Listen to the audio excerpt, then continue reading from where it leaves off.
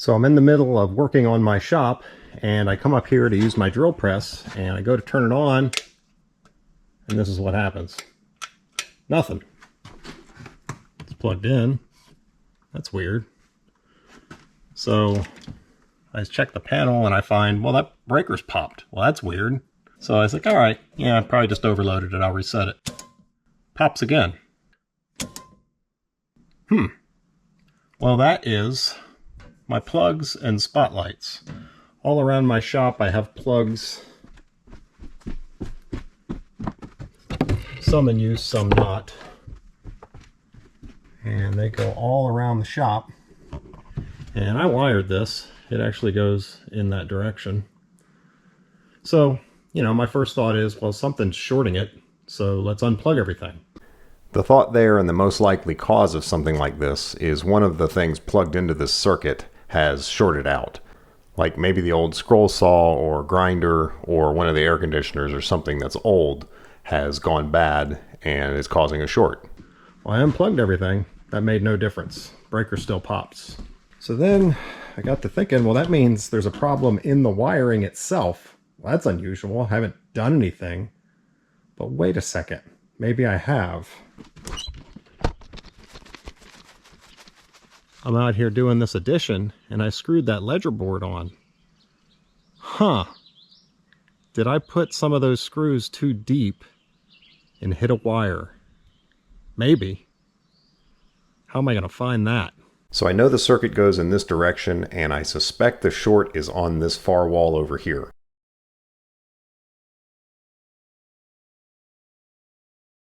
So if I want to verify that the short is there, I need to disconnect one of those plugs. There's a plug right behind here that's easy to get to, so I'm going to start with that. I pulled the faceplate off, and now what do I have? I've got two hots here. One of these is, now the power's off, so this is safe. One of these is incoming from the panel. In other words, one of them's coming from this direction, that's the hot. The other one is just connecting the two together and going over to the next plug. Same with the neutrals on this side, and then the grounds are tied together here. So same thing, you tie neutral to neutral, ground to ground, hot to hot, and you go to the next appliance. So all I have to do is break the hot here. And it doesn't matter which one I do, just make sure when you turn the power back on that you don't touch the wires. There. So I've broken the connection. Now this might be the hot coming in and the plug would still have power, the receptacle, or this might be the hot coming in and the receptacle has no power, but either way, the power is not going down the line to the next plug. And I should say, I know the difference between a plug and a receptacle, but I just hate saying receptacle. This is a plug to me, but I know technically this is the receptacle, the thing you put in it is the plug. Whatever. So let's go back to the breaker and see if that made any difference. Here we are back at the breaker, and whoa, look at that. Power's on. Okay, well obviously I just took the short out of the equation by doing that. Let's see if we can narrow it down a little further. So this is the one we already checked. I'm going to hook this back up. The breaker is off. Now I'm going to go 2 plugs down the line. There's one, I'm going to skip that one. There's the next one right there. This plug is for my miter saw, it's on a different breaker. That plug, we're going to do the same thing. Once I disconnect that one, if the short comes back, then the short is between this and the plug that we just did. If it's still not shorted, then we know it's on this side of this. And I'm going to continue to do this so I can get it down to like a 6-foot area where I know the short is. I bet you guys remember last week when I was digging this hole.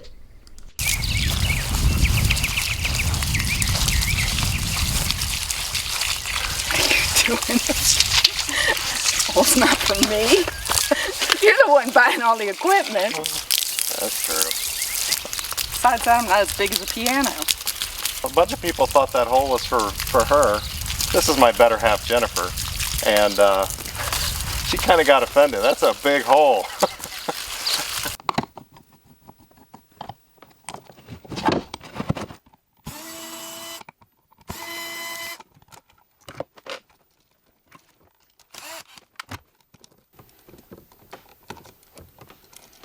All right, let's go try the breaker again. So it still works, which means up to that plug we're good. Let's go to the next one. Reference here, the circuit's going around there. The first plug we checked was right there. I just did one right there. So it's somewhere in this ball. I'm going 2 more plugs down the line again. And that one right back there. All right, I have that one disconnected. Let's go back and see if we still have our short. So let's see. Nope, still have the short. So it's before that. Okay, so when we stopped it at this plug here, we did not have our short. When we tried to stop it at this plug here, we still have the short. So it's between this plug and that plug. Of course it would be, because now I have to move all this wood to get to the last plug. All right, there is the plug in question. All right, let's go try the breaker. I say it will not.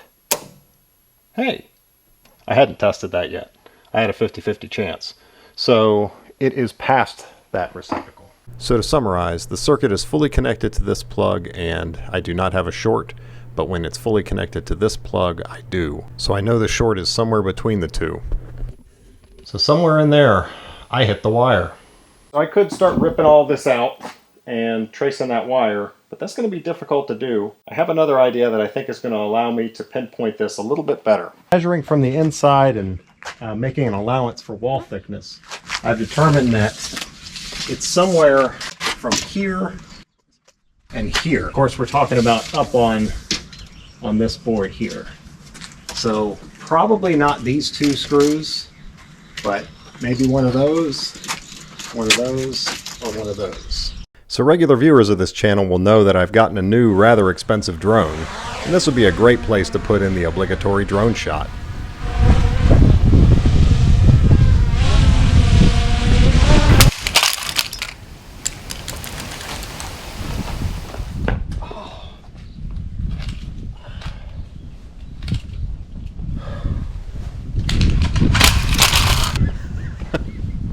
If it's causing a short, the screw is making a connection between hot and ground or hot and neutral.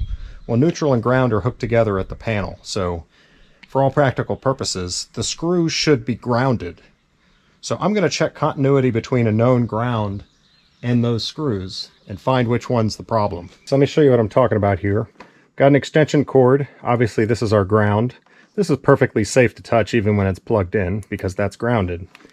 My meter will beep when it has a connection.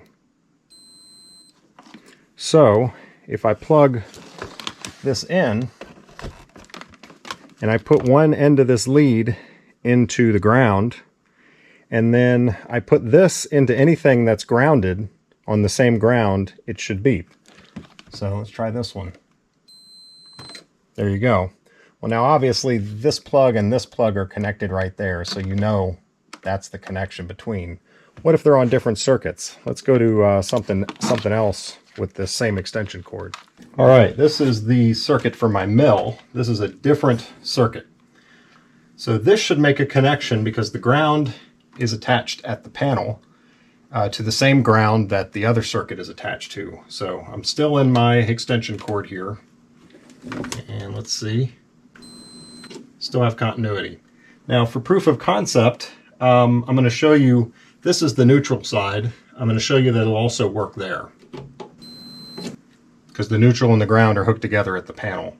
So basically I can use this end of this extension cord and put the other lead on the bolts and find which one is grounded, and that's the one causing the problem. Just check.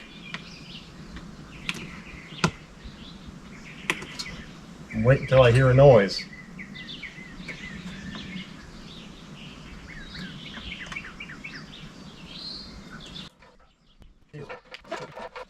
Ooh, this one's in really deep. Is it this one?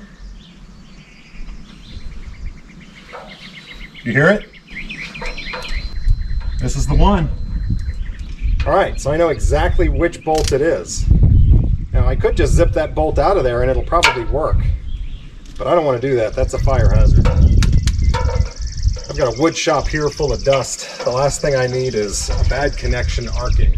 So I need to expose that wire and see where what the damage is. Show you what I'm talking about here. How those bolts are countersunk in there. And here. And here. Well, back to this. This is the problem. See how deep that one is? The drill got away from me. Well, I screwed up and drilled that hole too deep. Let's put it that way. So that penetrated probably all the way to the center of one of the studs, and the wires probably running through it right there.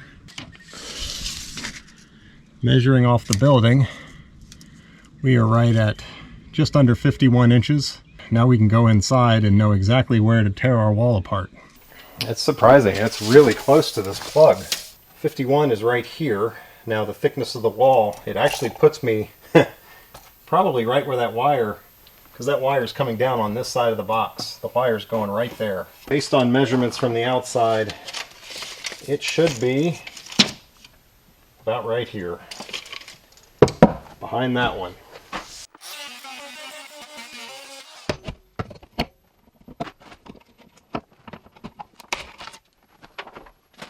Oh, wow, that thing went really deep. Can you see it there? Let me get you closer. That's the end of the screw right there. This is the wire coming in. This is the wire going out. Went beside the wire. So I don't think the wires themselves are going to be damaged. I'll take this off and get a better look at it. Yeah, let me rip that apart. I'm going to go up there and back that screw out.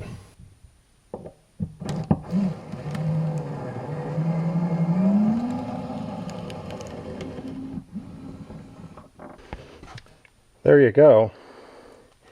The other problem I see is that one. Man, those things were driving a lot deeper than I realized. I took them both out, I moved them over an inch, and then drove them back in without countersinking. So they are well into the stud now. At the levels that they are below those wires. Shouldn't have any issues.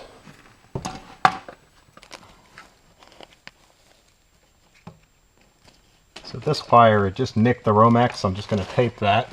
Yep, the hot's exposed, but the wire is fine, and it made a connection between the hot and the ground. Alright, so we're going to just tape those up. I'm going to tape up the hot individually, I'm going to tape up the neutral, and then I'm going to tape them both up. And we will re-fasten them like they were, and that'll be just fine. Now, if there was any damage to the copper, then I would have to, like, move the junction box or something, but the copper's fine. So here's a good tip that I picked up, actually, from watching South Main Auto channel.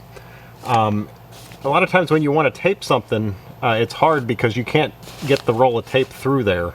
So you need a little mini roll of tape. So what you do is you get your tape, and a little tiny socket. This is an 8mm, and you just roll on as much tape as you think you'll need, and there you go. You've got a mini roll of tape.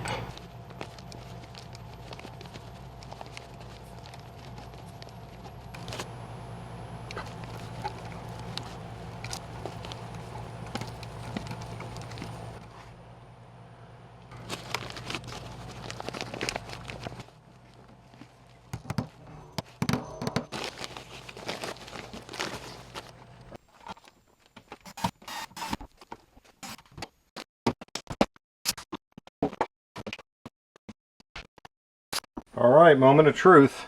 Now obviously we found and fixed a problem, but there's a possibility there was another problem there. Nope. That was it.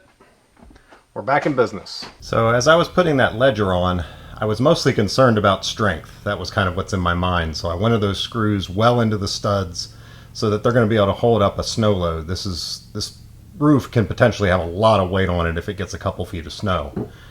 I should have been thinking, it didn't even occur to me as I was driving those in, be careful you don't go too deep, because then you hit wires. The good news is, where I hit wires is right there, and the plugs are actually higher.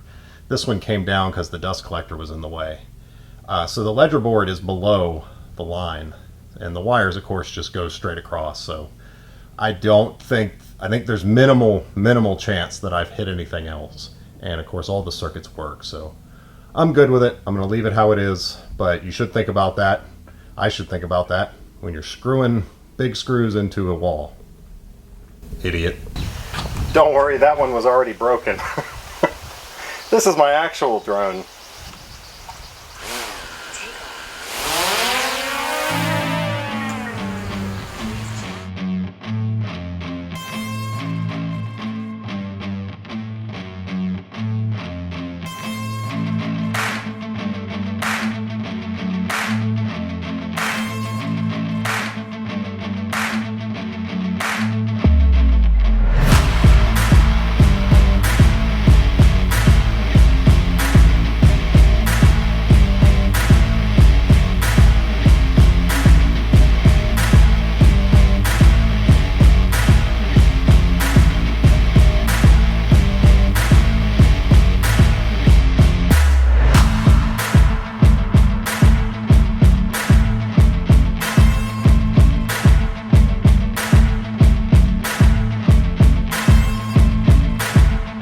Now say you don't know which way the circuit goes.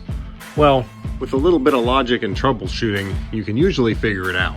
Wire is expensive, so they're gonna run it in a way that is logical and minimizes the use of wire. They're not gonna run to this plug and then over to that plug and then back to this plug. They're not gonna do that. It's gonna be in a fairly logical order. Now, in an old house, you can come across some crazy stuff because it's been wired and rewired, but for the most part, that's gonna be the case. So, if I came in this building and I wasn't sure which way it went, what I would do, because I know, it's labeled plugs and spotlights. With the breaker off, I can tell which plugs it is because they're the ones that don't have power. And I could see, okay, well, it's all of these plugs. And what I would do is go on the opposite side from the panel, disconnect just like I did, and then turn it back on. Now, if you have a problem in your circuit, and the circuit won't turn on, that's gonna make this more challenging. But let's say you didn't have a problem, you just wanted to know which way it went. Turn it back on, keep it disconnected there, and then go try a plug on this side, and go try a plug on this side. Well, if this side works, well then you know it's coming from that direction. If it doesn't, and this side works, well then it's coming that direction. Since there was a problem, what you would do, and it just gets a little more convoluted, but okay, you disconnect here and the circuit still won't work. Well then go like over here disconnect and over here disconnect and keep disconnecting until you can get it to work. And then you're gonna say, okay, but try to be away from the panel as much as you can. That way I can come over here and say, all right, well, let's go to this plug and let's go to this plug, and we can test and kind of tell where that wire is coming out of the breaker box.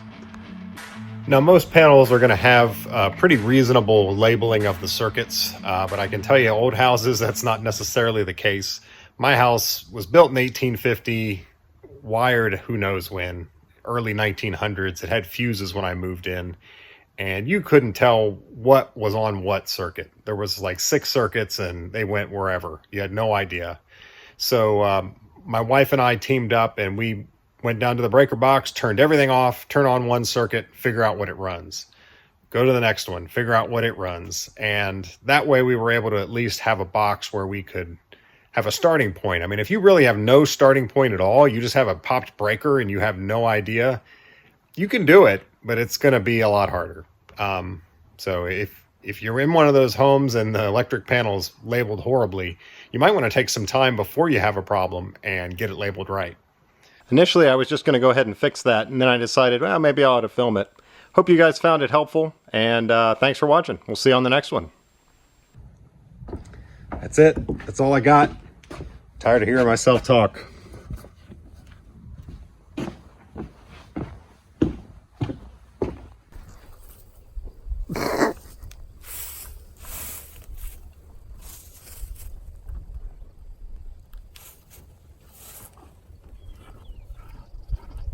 You got a little something hanging out of your mouth. Now just get it. It's right on the side right there. Yeah, he'll get it for you. Good work.